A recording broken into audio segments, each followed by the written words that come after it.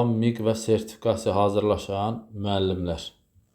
Deməli, sıfırdan fizika dərslərinə start verdik. Mövzu izahına başlayacağıq inşallah. Yəni, mövzuda bütün detallar hamısı bir-bir izah olunacaq. Yəni, mən söz vermişəm ki, müəllimlərə də söz vermişəm ki, yəni, mövzuda çətinlikləri olmayacaq inşallah.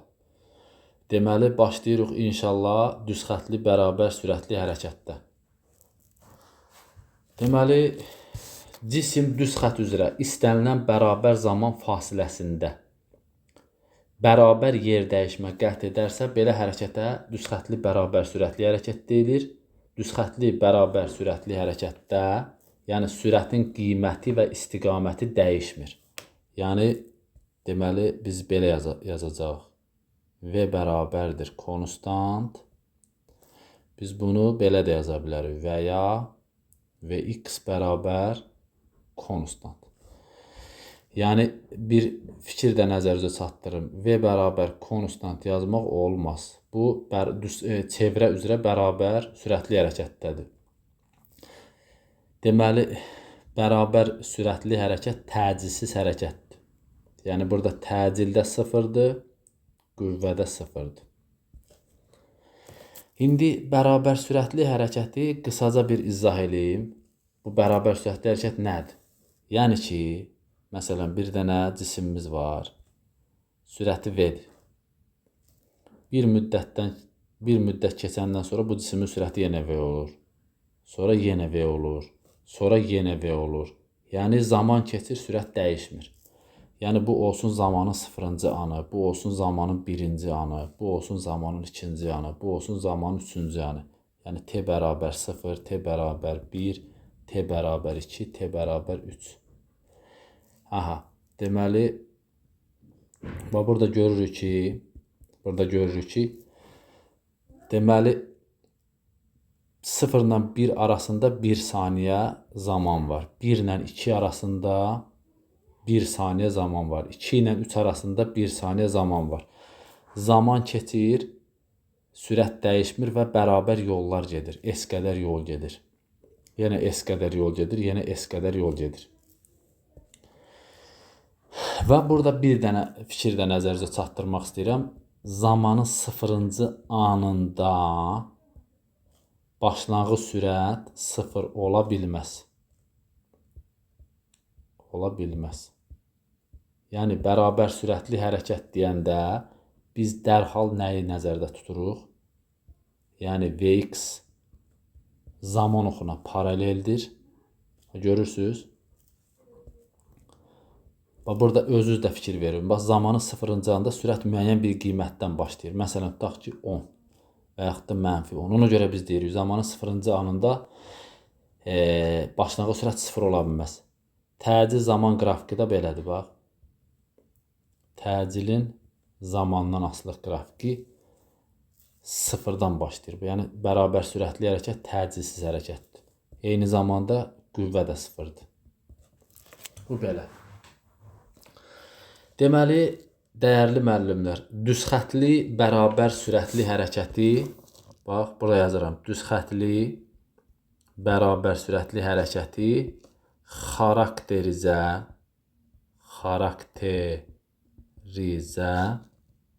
edən kəmiyyətlər. Deməli, birinci olacaq sürət. Sürəti biz bu cür də yaza bilərik. Proyeksiya ilə də yaza bilərik. Deməli, sürət nəyə deyilir? Yer dəyişmənin dəyişmə yeyinliyini xarakterizə edən vektorial kəmiyyətə sürət deyilir. Və yaxud da, belə deyirik, və yaxud da məxrəcdən başlayırsan tərifi. Vahid zamanda yer dəyişməyə bərabər olan vektorial kəmiyyətə sürət deyilir. Yəni, sürətin vahidi olacaq metr bölünmüş saniyə. Və sürət ölçülür, deməli, nə ilə ölçülür? Bax, ölçüldüyü cihaz. Deməli, ölçülür. ölçülür. Deməli, biz bax, biz yer dəyişməni nə ilə ölçürük? Metrə ilə. Buna elmi dildə deyirlər ölçü lenti. Ölçü lenti və yaxud da buna xəttkeş deyirlər. Zaman da ölçülür saniyə ölçənlə. Amma sürətin ani qiyməti deməli ölçülür spidometrlə. Spidometrlə. İş prinsipi də əsaslanır deməli maqnit qarşılıqlı təsirinə. Biz sürətin düsturun proyeksiya ilə də belə yaza bilərik. Vx bərabər sx böl t modulla istəsək belə yazırıq. V bərabər s böl t. Aha, aydındır. Bu belə. Yəni eyni zamanda sürət bərabərdir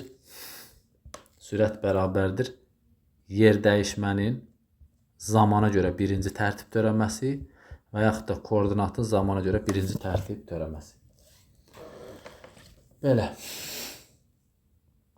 Bax, biz sürətin düsturunu yazırıq. V bərabərdir s böl t. Yəni Vx bərabər sx böl t. Və sürət zaman qrafikində. Məsələn, bizə belə bir qrafik verilib, düzdür? Biz dərhal, bura mən 2 deyirəm, bura 3 məsələn. Dərhal sürət zaman qrafiklə zaman oxu arasında qalan fiquru sahəsi bizə verir yer dəyişmə və yaxud da yol. Onda bu verəcək 3 bucağın sahəsi. 3 bucağın da sahəsi oturacağı ilə hündürlük hasilin yarısı. Deyəcək 3 metr. Məsələn, ola bilər bizə belə bir qrafik də verilə bilər. Bax, bu cürdə qrafik verilə bilər.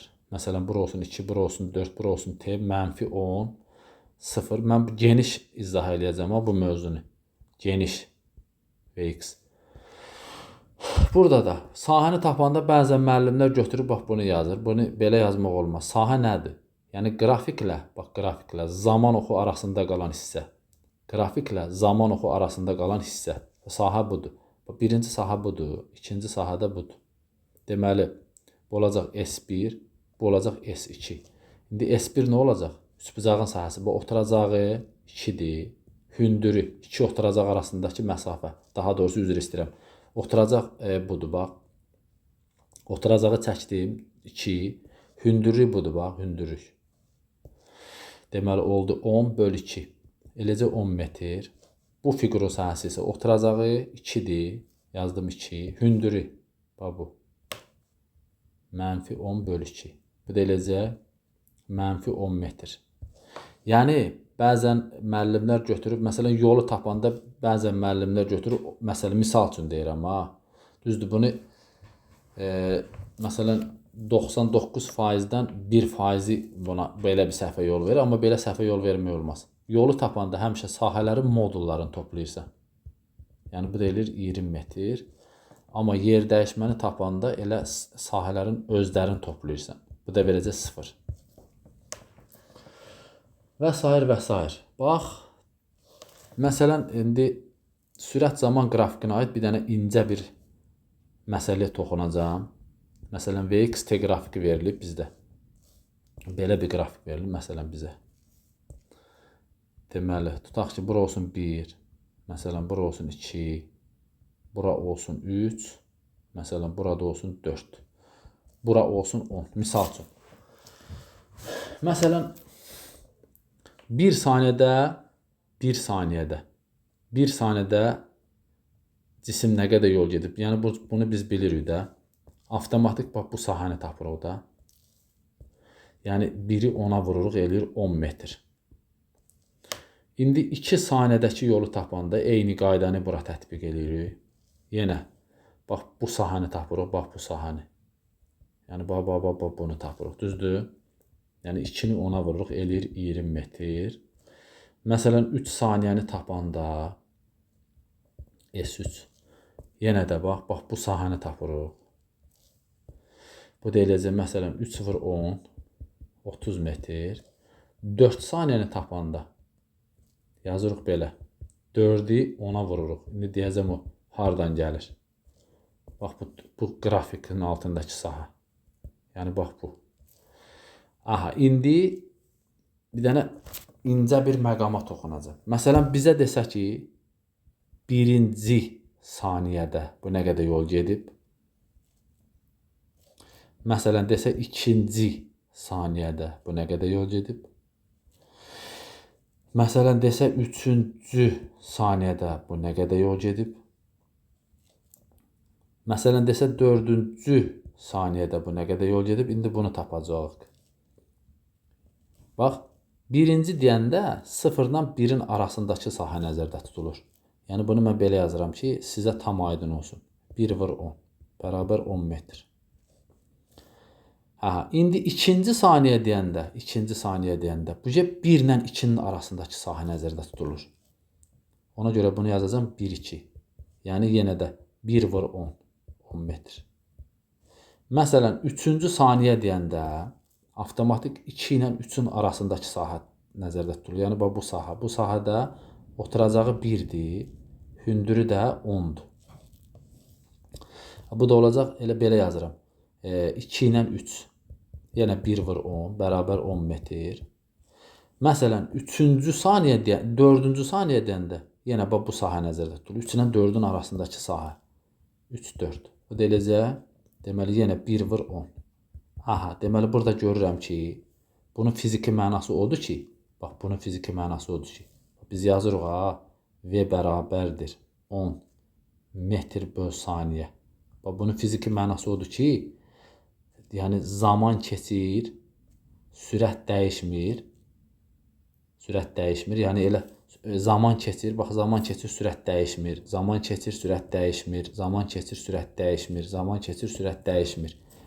Yəni hər saniyədə cismin getdiyi yol elə 10 metrdir. Yəni bu cisim birinci saniyədə də 10 metr gedir, ikincidə də, üçüncüdə də, dördüncüdə də, beşincidə də, altıncıda və s.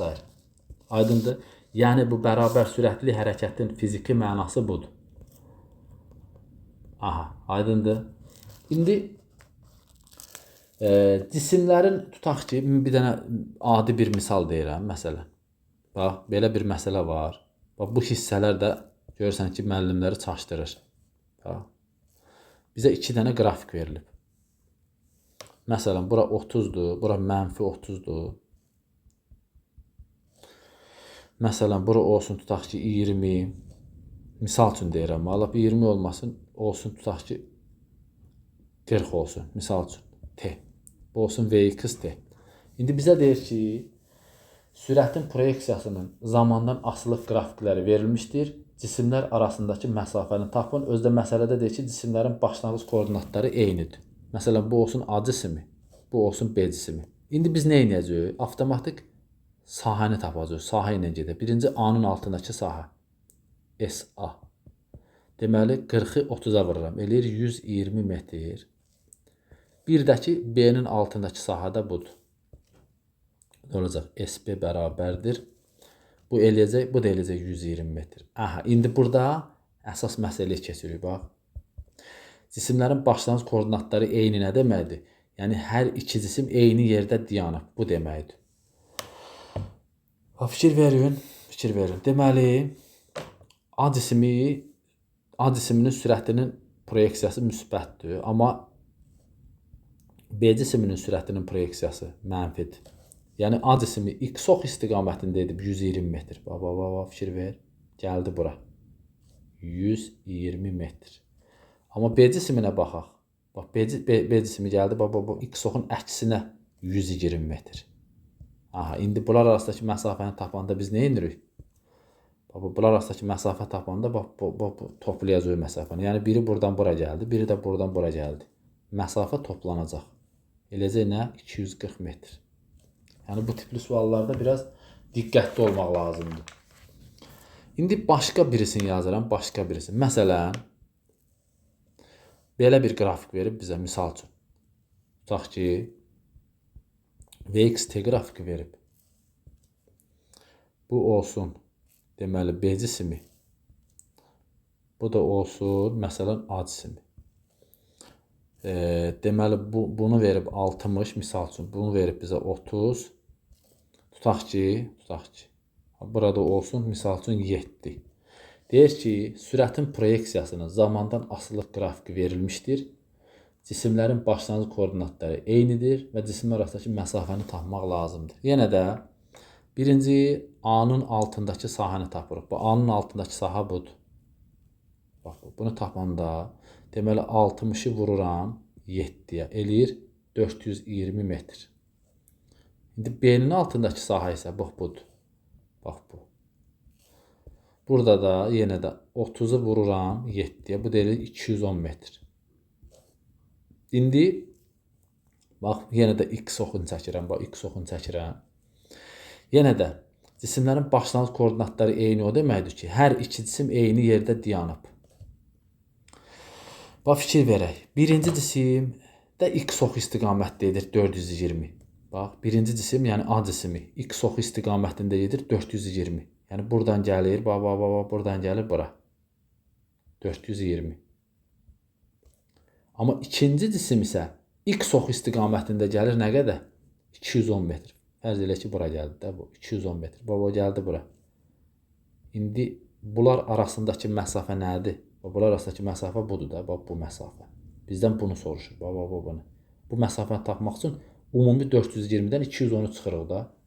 420-dən də deməli 210-u çıxanda elə 210 qalır da.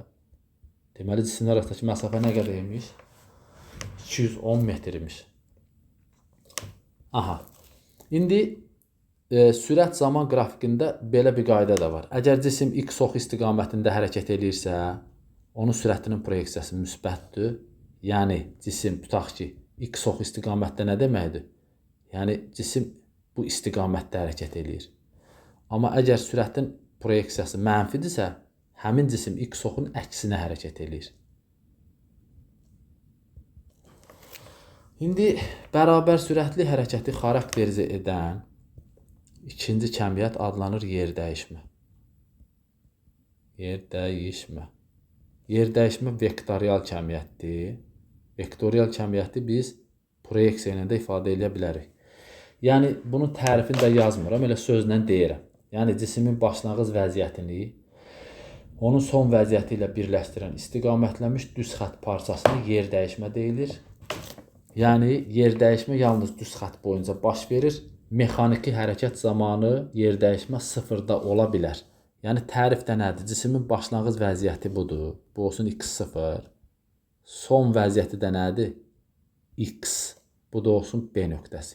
İstiqamətlənmiş düz xətt parçası adlanır yer dəyişmə. Ona görə yer dəyişməni düsturun yazanda belə yazırıq. Sx bərabərdir x minus x0. İndi biz bərabər sürətli hərəkət keçdik. Sx bərabər Vx bərabər Sx böl T.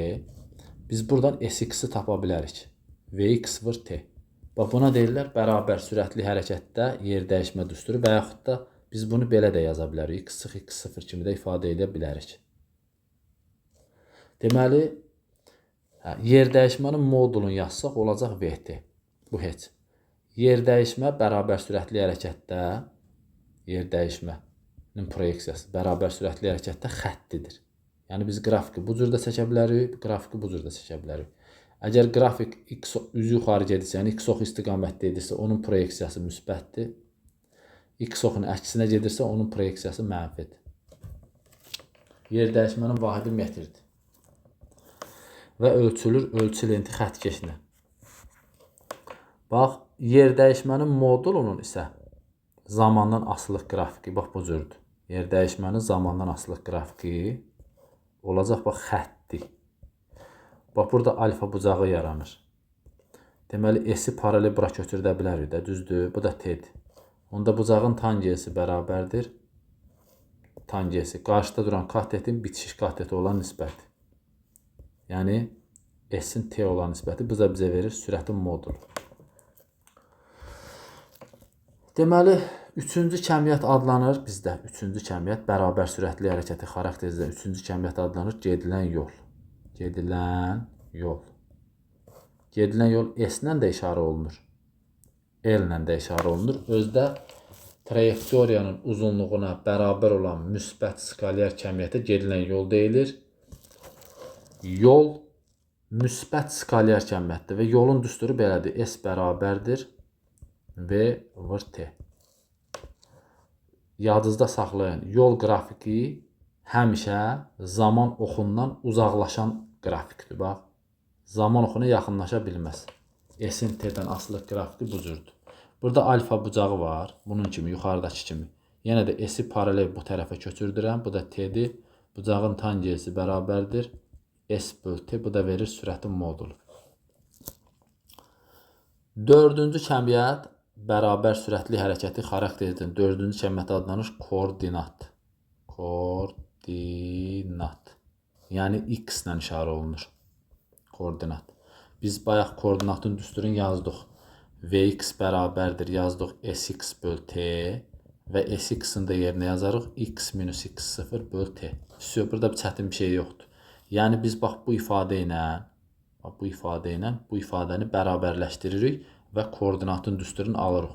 X çıx X0 bərabər Vx vur T və buradan X-i tapanda olur X0 plus Vxt. Bax bu ifadəyə deyirlər koordinatın düsturu bərabər sürətli hərəkətdə və yaxud da cismin hərəkət tənliyi. Yəni çətin bir şey deyil. Koordinat zaman qrafiki də xəttidir. Yəni koordinatın zamandan asılı qrafiki necə qeyd edirik? Burada bir x0'ımız var. Bir fikir də nəzərinizə çatdırım. Qrafik hardan başlayırsa o başlanğıcdır. Grafikin qurtardığı yer olacaq son.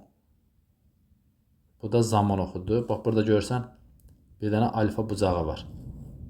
Yenə də bax x minus x0 sağa köçürsən bu olur x çıx x0. Bu da olur delta t.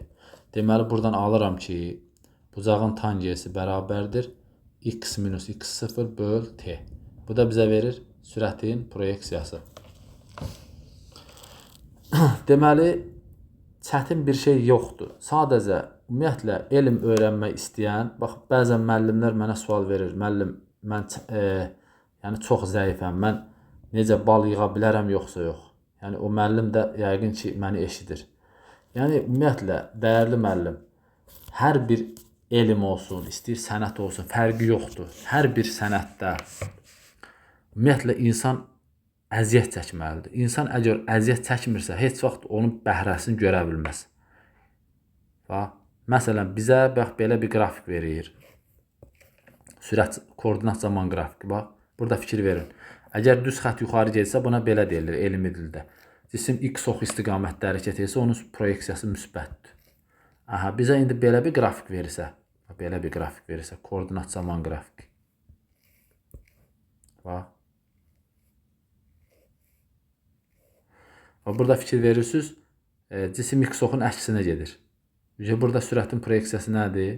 Mənfidir. Aydındır. Və bir fikir də nəzərinizə çatdırım ki, məsələn, bax burada bu qrafik də başlanğıc koordinat 0'dır. Burada da başlanğıc koordinat nədir? 0'dır. Bax burada. x0 bərabər 0.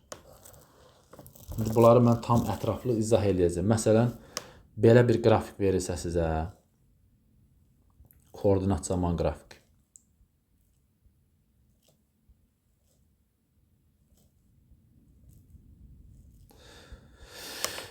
Deməli x0, mənfi x0, 1, 2, 3, 4, 5, 6.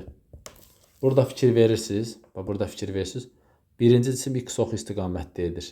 Deməli burada sürətin proyeksiyası müsbətdir. Bunun hərəkət tənliyini də yaza bilərik. Olacaq nə? X bərabərdir müsbət x0 plus vt. İkinci qrafikdə cismin koordinatı dəyişmir. Koordinat dəyişmirsə, biz bunun tənliyini belə yazarıq. Son koordinat ilə başlanğıc koordinata bərabərdir. Üçüncüyə baxıq, cisim x oxun əksinə gedir. Yəni burada sürətin proyeksiyası mənfidir. Hərəkət tənliyini yazsaq, x bərabərdir x0 minus vt olacaq. Dördüncü qrafik x ox istiqamətdədir. Yəni vx müsbətdir. Biz bunu belə yazırıq. Mənfi x0 plus vt. Sonra 5-cidə də yenə də x bərabərdir konstantdır. özdə yadda saxlamaq lazımdır. Cismin koordinatı dəyişmirsə, cismin sürəti sıfırdır. Buna sükunət halı deyirlər. Eyni zamanda burada da. Burada da cismin son koordinatı elə -x0-a bərabərdir. Burada da cismin sürəti sıfırdır. Buna da sükunət halı deyirlər. Burada cisim x oxun əksinə gedir. Sürətin proyeksiyası mənfidir. Onda hərəkət tənliyi olacaq -x0 minus vt. Məsələn, tutaq ki, cismin hərəkət tənliyi verirsə, tutaq ki, x bərabərdir. Məsələn, 3 minus 5-dir, hə? Biz dərhal belə yazırıq, bax. Koordinatını düsturun. Çünki buna baxan kimi bilməliyik ki, bu bərabər sürətli hərəkətdir. x0 plus vt. Və burada asanlıqla görürük ki, x0-ın yerinə 3 durub, sürətin proyeksiyasının yerinə durub -5. Deməli, biz dərhal belə yazırıq. Bunu dərhal yazırıq. x0 bərabər 3 metr. Sürətin proyeksiyası da olacaq nə? -5 metr böl saniyə. Aha, deməli, koordinatı dedik. 5-ci gəlir. Deməli, 5-ci. 5-ci gəlir. Deməli, cisimlərin görüşməsi. Cisimlərin görüşməsi. Ümumiyyətlə, bilirik ki, görüşmə yalnız koordinata aiddir. Cisimlər görüşən zaman onların koordinat zaman qrafikləri bir nöqtədə kəsişir və aralarındakı məsafə sıfıra bərabərdir. Yəni, biz qrafik olaraq belə yaza bilərik də onu, məsələn. Bir dənə uzun çəkirəm bu qrafiki, tam şəkildə orada sizə göstərəcəm. Məsələn, x-in t-dən asılı qrafik. Məsələn, belə bir qrafik olsa, tutaq ki, bax, bu qrafik buradan bura gəlir. Məsələn, biri də buradan bura gəlir, düzdür? Misal üçün, misal üçün, burada görüşürlər, baba, fikir ver. Aha, bax, bu nöqtə var, baba, qrafiklə kəsişmə nöqtəsində cisimlər görüşür. Buradan diqqətlə onu tam şəkildə görmək olur. Bax, tutaq ki, bura olsun 10, məsələn də. Bax, cisimlər arasındakı məsafə 10-dur. Get-gedə bu həmin o məsafə başlayır azalmağa. Elə bir an gəlib çatır ki, o cisimlər arasındakı məsafə hər hansı bir t0 anında. Cisimlər arasındakı məsafə olur 0. Cisimlər arasındakı məsafə 0 olur, sonra başlayır cisimlər yenə bir-birindən uzaqlaşmağa. Yəni, buna deyirəm, tutaq ki, A cisimi, buna B cisimi. Cisimlərin görüşməsi budur. x-a bərabər x-b. Cisimlər görüşən zaman onlar arasındakı məsafə nə olur? 0. Yəni, x-a bərabər x-b-yə deyirlər görüş deməli halı. Yəni, görüş şərti. Aydındır? Hə, bax, burada diqqətli olmaq lazımdır. İndi 6-cı bir qaydamız var, gözəl bir qaydadır. Həmin qaydanı mən sizə deyirəm. Gedilən yol ilə yer dəyişmə arasında münasibət. Deməli, gedilən yol ilə yer dəyişmə arasında münasibət. İndi burada bunu niyə görə deyirəm sizə? Çünki bunu biz bəzən kitablarda əzbər formasında öyrənir, onu sizə tam ətraflı izah edəcəm. Bu nə deməkdir? Yəni, biz deyirik ki, cisim düz xətt üzrə hərəkət edərsə, yəni istiqamətini dəyişməzsə, gedilən yol yer dəyişmənin moduluna bərabər olur. Bu nə deməkdir? Yəni, bunu birinci şəkil üzərində izah edəcəm. Məsələn, cisim A nöqtəsindən gedir B nöqtəsinə. Burada görsən, hərəkət istiqaməti dəyişmir. Yəni, burada açıq aydın yazmaq olar ki, yol yer dəyişmənin moduluna bərabərdir.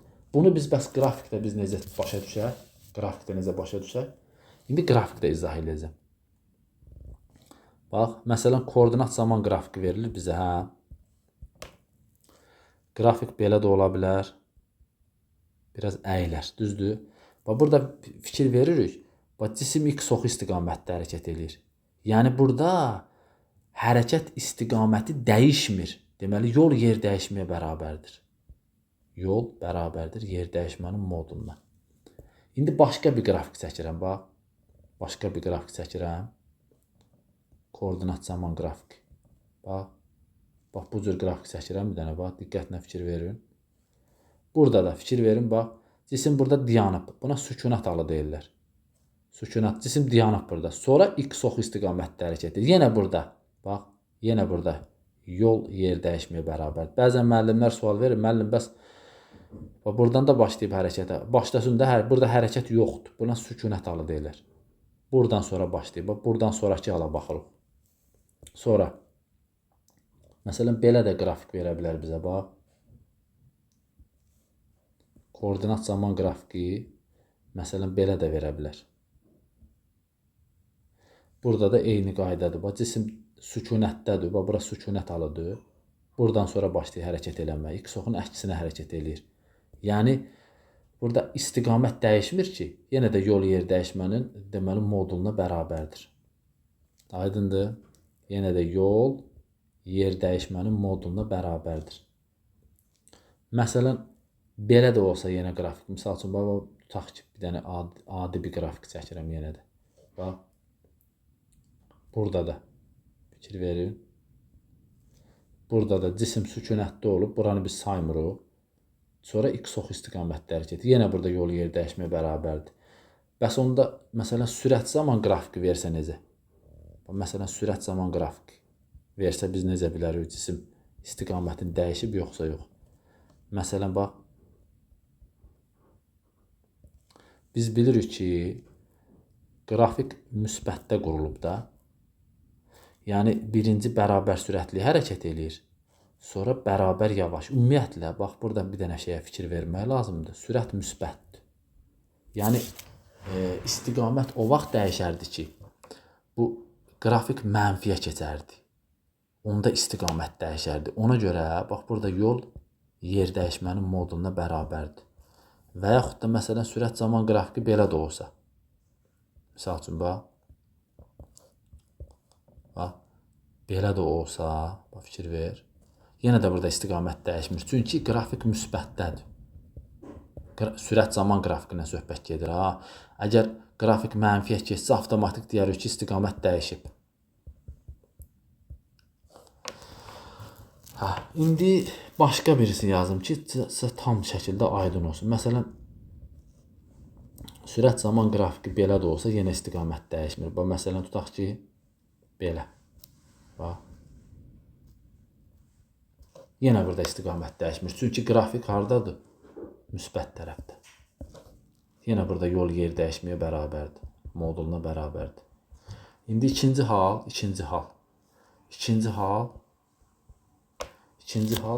deməli, cisim əyri xətli hərəkət üzrə gedərsə, yəni istiqamətini dəyişərsə, gedilən yol yer dəyişmənin modulundan böyük olur. Yəni, bunu biz necə göstərərik? Məsələn, cisim A nöqtəsindən getdi, tutaq ki, B nöqtəsinə, sonra B nöqtəsindən gəldi. Misal üçün, C nöqtəsinə. Burada istiqamət görürsən, bir dəyişib, bax, istiqamət dəyişdi. Deməli, burada yol yer dəyişmənin modulundan böyükdür. Buna aid nümunələr deyirəm, bax. Məsələn, bax, birinci koordinatı deyirəm, sonra sürəti deyəcəm. Koordinat zaman qrafiki. Burada fikir verin. Cisim x ox istiqamətdə idi. Sonra x oxun əksinə. Gördün, istiqamət dəyişdi. Yəni, birinci sürət müsbət oldu. Sürət müsbət oldu. Sonra sürət oldu mənfi. Proyeksiyası. Deməli, istiqamət dəyişdi. Onda burada yol yer dəyişməyə bərabərdir. Yer dəyişmənin moduluna bərabərdir. Başqa bir misal deyirəm. Bax. Koordinat zaman qrafiki. Bax. Qrafik belədir. Gördünüz. Orada da fikir verir. Cisim x ox istiqamətdə edir. Sonra burada sürət 0 olur. Sonra x oxun əksinə edir. Yəni, burada sürət müsbət edir. Sonra oldu mənfi. Deməli, burada da yol yer dəyişmənin modulundan böyükdür. Sonra başqa birisini çəkirəm. Tam beynizə otursun da. Koordinat zaman qrafiki. Məsələn, belə bir qrafik olsa. Yenə də bax. Cisim x oxun əksinə gedir. Sürətin proyeksiyası mənfi. Burada sürətin işarəsi dəyişdi. Deməli, sürət əgər işarəsi dəyişirsə, istiqamət dəyişir. Çətin bir şey yoxdur. Başqa birisini çəkirəm, bax.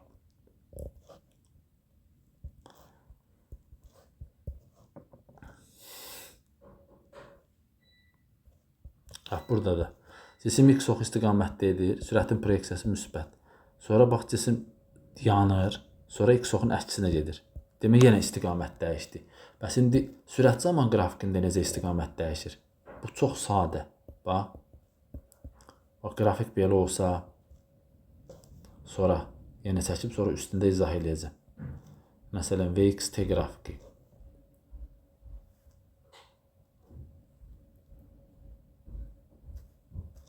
Görürsən?